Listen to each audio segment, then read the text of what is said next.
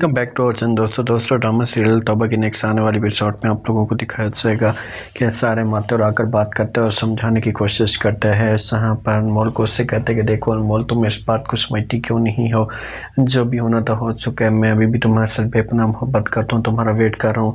Please आप मेरे साथ शादी कर लें, अपनी ज़िंदगी ऐसे मत गुजारें, आप अपनी ज़िंदगी पर बात कर रही हैं। जब से बात अनमोल सुनती तो साफ अल्फाज में इनकार कर रही थी। सारिम को उससे कहती कि सारिम, बेहतर से हुआ कि आप मुझसे दूर चले जाएं, मैं आपके साथ किसी किस्म की कोई बात नहीं करना चाहती। जब मेरे ऊपर मुश्किल वक्त था उस वक़्त मैं आपको आवाज़ें दे रही थी, आपको पुकारने की कोशिश कर रही थी। उस वक़्त तुम क्या मर गए थे? उस वक़्त तुम्हें किसी किस्म की कोई भी टेंशन नहीं थी और अब आकर आपको मेरी याद आना शुरू हो चुकी है। चाहे जो कुछ भी हो, चाहे याद है जो भी है, लेकिन मैं अब आपके साथ बात नहीं करना चाहती हूँ, नहीं बहस करना चाहती हूँ। मैं आपका हाथ जोड़ती हूँ, रिक्वेस्ट करती हूँ कि आप मुझसे दूर चले जाएँ।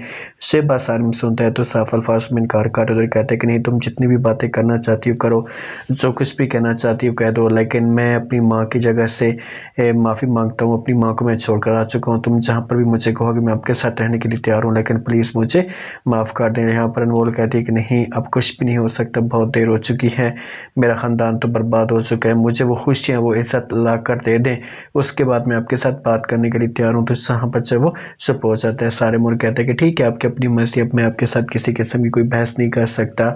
मैं सिर्फ उसे आपको समझाने की कोशिश कर रहा था कि किसी भी तरीके से आप समझ जाएं। अब आप नहीं समझी तो मैं तुम्हारी ज़िंदगी में कभी भी वापस नहीं होगा और हमेशा के लिए आपसे दूर चला जाऊँगा। अनमोल कहती कि हाँ, मैं भी ऐसा चाहती हूँ कि आप मेरी ज़िंदगी से इतना दूर चले जाएँ कि दोबारा मेरी ज़िंदगी में ना ही है, क्योंकि मैं अपनी ज़िंदगी सुकून के साथ गुजारना चाहती हूँ, अपनी ज़िंदगी में मज़ीद परेशानियाँ नहीं लाना चाहती।